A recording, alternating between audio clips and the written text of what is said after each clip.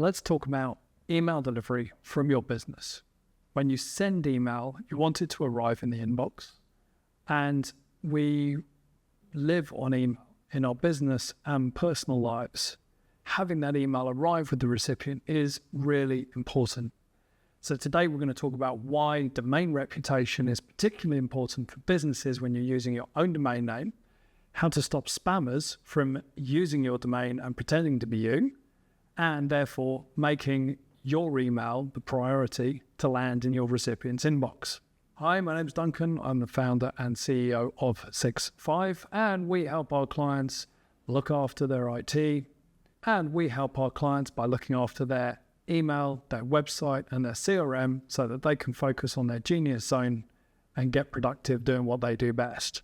So the reason we're talking about this today is that email delivery is now harder than it was. About 46% of email today on the internet is considered to be spam. And that means that 46% of email is likely phishing or social engineering type email. It's stuff that nobody wants to receive particularly, and scammers and the spammers are putting it out there on the internet to try and take advantage of those that do receive it. Now, these people are trying everything they possibly can, from using free Gmail or Yahoo email addresses to send them, through to finding ways to use your particular business domain to send emails as you. If they can do that, it makes it a lot more legitimate. And even better, if they can find someone that knows you, when they receive that email, there's a much higher chance that they're going to read it, open it, and maybe even click the link that's there as well. And you'd be surprised. It's actually really easy for someone to do this and put those kind of emails out there. So because this is a hugely important part of our business and personal lives, it's really important as a business that we improve our chances of the email that we send landing in the inbox and preventing other people from using our domain against us. So the best way to think about this is a tug of war, right? When you buy a domain name, you have no reputation, you have no strength, nothing. And on the one hand, on the other end, there is a spammer who's looking to find a domain to send emails as you. And right from that point, they're able to put emails out into the world as you without you knowing about it. So we have to beat those odds, and we have to pull the spammer so that they don't win and we do. So before we get into this, let's talk a little bit about the history of email. So it started way back in 1971 when a guy called Ray Tomlinson actually sent his first email. In, I think, 1974, the Queen sent the first email. I mean, go figure, it happened pretty quickly. In 1978, the first sort of spam arrived. So in less than 10 years, and you probably didn't even know email existed in 1978. Most of us weren't even born at that point in time either. 1993 was when a big sort of inflection point started to happen because the rise of webmail, so think of AOL and Yahoo and those kind of tools started to arrive and really make it a lot easier for anybody to have an email address. You may already have had one at work, but now it was much easier for you to be able to get one for personal use as well at a very low cost. And then in 2004, Gmail launched. And as we all know now, Gmail is the largest processor of email on the planet. So in 2004, the estimates are that about 50% of the email in the world was spam. And then in 10 years later, 2014, when we're sending tens of billions of emails a day, the amount of spam appears to have gone up. Estimates are in the 66% kind of mark. And then if we wind the clock forwards another 10 years to 2024, we're now sending hundreds of billions of emails per day. Well, we're still at sort of 46% of email that's spam. So you'd think, why hasn't the amount of spam gone down? Surely we are sending way more email. Great. Maybe the technology's advanced a little bit to be able to help combat that spam problem. So the reason that not much has changed is because most of the responsibility for dealing with spam has been on the recipient. You all know that you have a spam box, and all the result of an email going into that spam box is purely because of your spam filtering system. Your spam filtering system, provided by your email provider, watches the email, looks at it, looks at the links that are in there, looks at the wording that's in there, chucks it in the spam box if it thinks that it looks suspicious. And that's all very well, but no responsibility really has been put on the sender to say, hey, when you send this, make sure that everybody else can tell that it's legitimate before it goes. And so that's what happened in February of 2024. Google and Yahoo and some of the other major players came together and said, look, we need some help. This is ridiculous. We are processing and using so much computing power just to process all of these spam ones so you can get the good email, and we're still letting some slip through because we can't keep up. We need some help from the senders, and we're going to put responsibility on the sender to actually help us figure out if your email is legitimate, spend less processing time getting it to you, and then we can focus more on helping find and weed out the spammy emails. Now, the tools for this and the rules, I should say, for this have been around for quite some time. It's just that nobody has had to put them into place because no one has really been enforcing them. And so February of 2024 is a big inflection point in email, because this is when Google and Yahoo started to say, we're not going to tolerate emails that come in with none of this stuff in place, right? If you don't put this stuff in place, it's immediately going to go to spam. So what these tools and what these rules now say is that the sender of the email now has some responsibility. The sender of the email must document and advertise the places that they legitimately send emails from. And in doing so, that means that if a spammer puts an email out into the world and it's not on one of those legitimate systems, the recipient can go, well, I don't need that anymore, get rid. And the email must be secured before it is sent. So it needs a certificate. It needs to be wrapped and authenticated before it arrives at the other end. So that means that when it does arrive at the other end, we can tell whether it's been tampered with in between. And we also know, again, that it's come from a legitimate source, because there is a public key to unlock that certificate when it arrives at the other end. Again, your spammer doesn't have the private part of that key and therefore can't sign the certificate in the same way as that you would when you put the email out there. And then there's a whole set of systems for the sender to be able to monitor the email that they're sending and actually advertise those rules of compliance and how they want their email to be treated when it arrives. So the big question is, does all this stuff guarantee delivery, right? And the answer to that is, well, these are the technical steps required to get you and your email into the inbox or past the spam filters, let's put it that way. There are lots of other factors that spam filters look for when they're evaluating your email. For example, your list quality and the engagement of your audience, right? So let's say you send an email, Google is watching from Gmail which links you're clicking when you get an email. Same as Microsoft are as well. They're watching what links you are clicking, and they're adding that to their database of reputation. The number of links in your email and the proportion of links to content very often has a big impact. And the reason for that is that spammers and scammers might put loads of links in to try and get you to click something, anything, as opposed to a quality email which might just have one call to action in it, and then say your phone number, your email address, and maybe your website address down in the footer. Your subject line, content style, the wording that you use, big sales, big pushy emails, with the world's best offer, the most unbelievable offer, etc., asking for passwords. Those kind of things are very common for getting caught up in spam filters. And that's because they look spammy, they look pressurizing, and they look like they're trying to take advantage of people that don't know any better. The last big one on this list is the quality of the websites that you are linking to in your email. Now, if your website has been compromised in some way, it's got spam on it, or it has been compromised and has software on it that's not yours, etc., or a Bitcoin mine, or any of those kind of things that can happen to your website, your email is not going to make it to the inbox.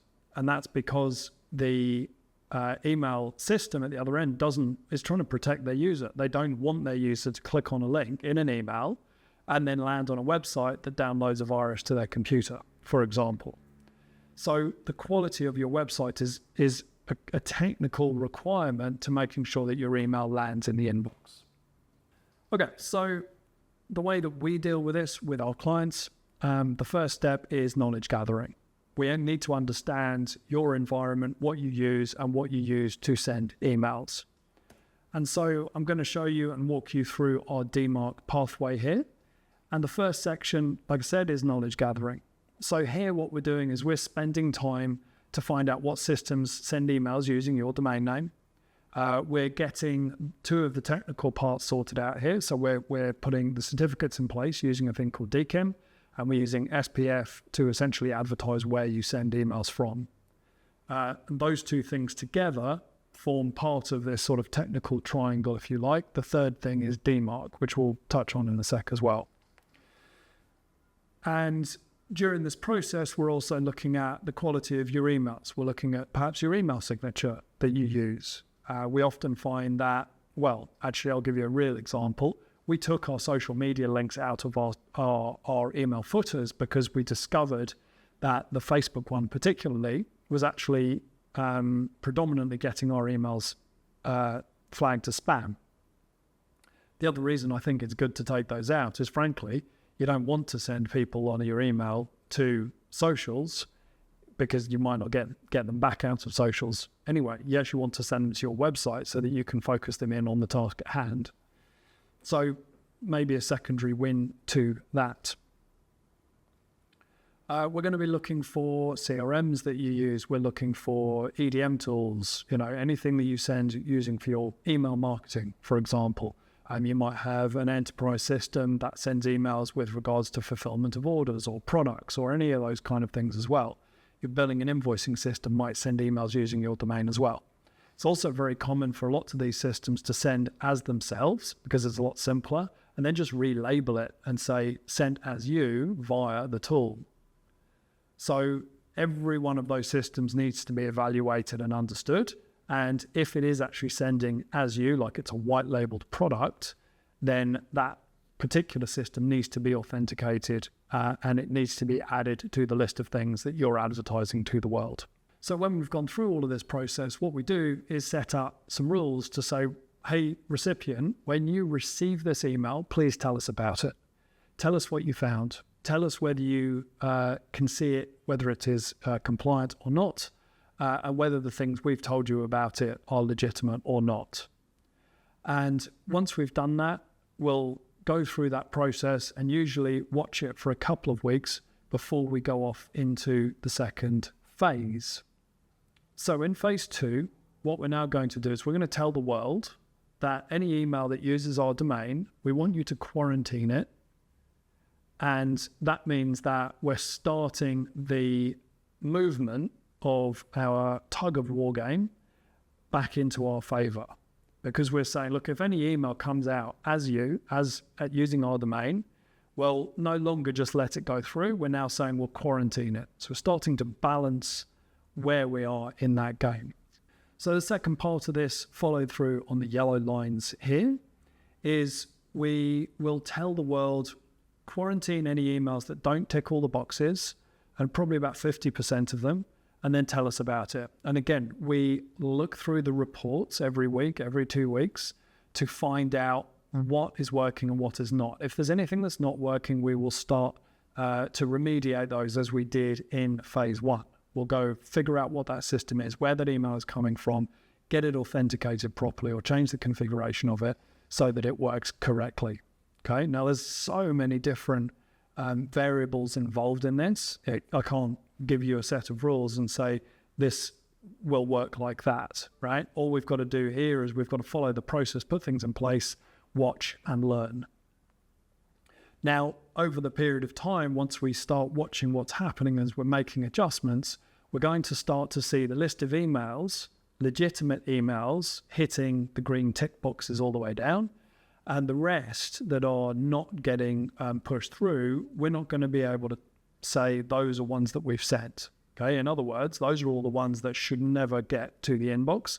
They're being sent by a third party, and therefore we don't want them to get to the inbox at the other end, right? So again, we're trying to win this tug of war and pull all of the goodness onto our side. Now, in phase 3, we're at the point where we have listed all of the tools that we use in our business that send emails as our domain.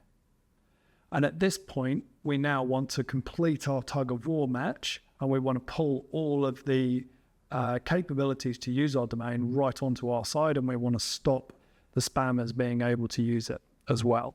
So at this point in time, if we follow the yellow line, what we're doing now is we've increased that compliance level to the 3rd level, which is reject. We would put it in at about 50% to start with. We will monitor the reports and what's happening.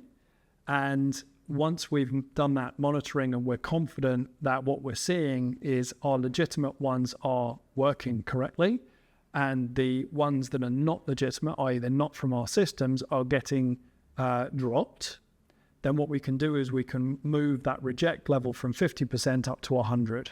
All right, we have full confidence that everything that we use in our business, using our domain to send emails, is now 100% correct. So what this means is that we've now won our tug of war, essentially. We've gotten to the point where when we put an email into the internet, we have the most confidence that it is going to get out into the world. And when it reaches the recipient, it's not going to get caught up in a spam filter. Now, like we said way earlier, there's lots of different factors involved in spam email evaluation. Okay, and it could be the subject line, it could be the website that you're pointing to, and so on and so forth. So again, what we're doing is we're saying we've completed all of these technical steps so that when the recipient receives them, they can go through those steps much faster and much less effort in trying to work out if that email is spam. Now, what happens from here is a monitoring and a regular review process. Now, the reason for that is that the world changes. The world is changing very fast. And so we need to keep up with what's happening. We need to regularly monitor your email to make sure that everything that's been put in place is still happening. And during that process, we'd also look at the types of emails that you're sending to, your open rates and so forth, and maybe adjust your strategies a little bit in order to make sure that those emails have a better chance of making it to the inbox.